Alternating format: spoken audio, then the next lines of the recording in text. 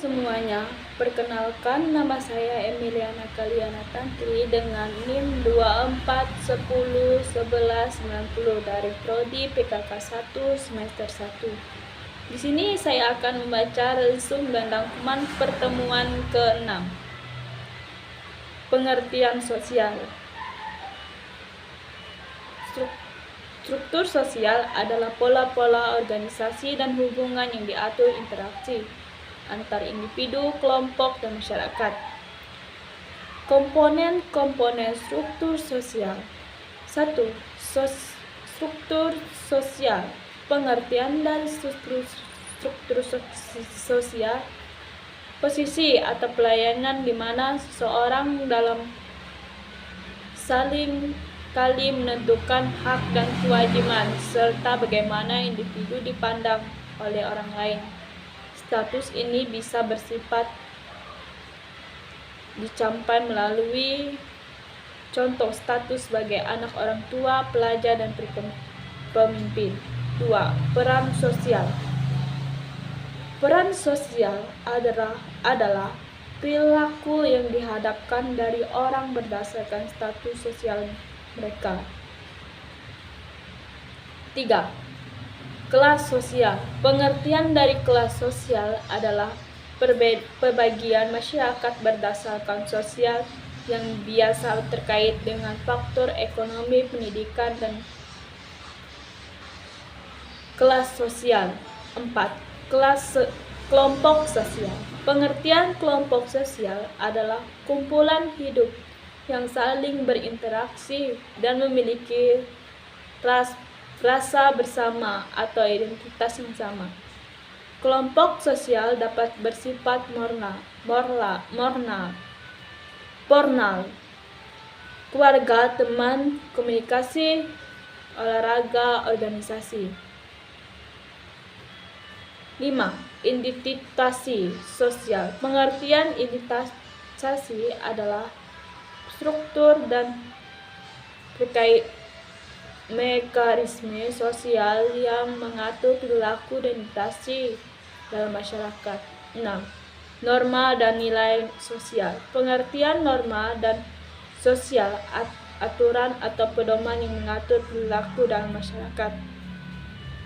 Contoh norma kesopanan, misalnya memberikan salam, nilai kejujuran, tidak bohong. Fungsi struktur sosial. 1. Pengatur interaksi. Struktur sosial membantu mengatur bagaimana hidup berinteraksi satu sama lain. 2. Membawa hubungan. 3. Menjaga keteraturan. 4. Pemudah sosialisasi. 5.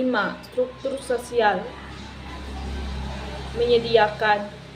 4. Menentukan akses. 5. Mengintegrasikan individu dalam masyarakat. 6. Menanggapi perubahan sosial.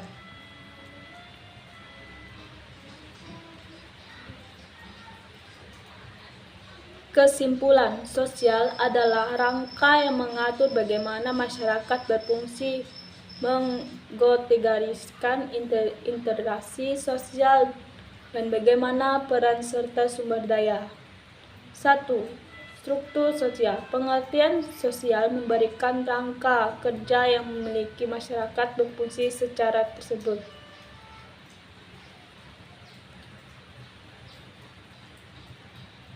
Jenis-jenis stratifikasi. Stratifikasi ekonomi berdasarkan keyakinan atau pandangan seperti perbedaan antar orang kaya dan orang miskin.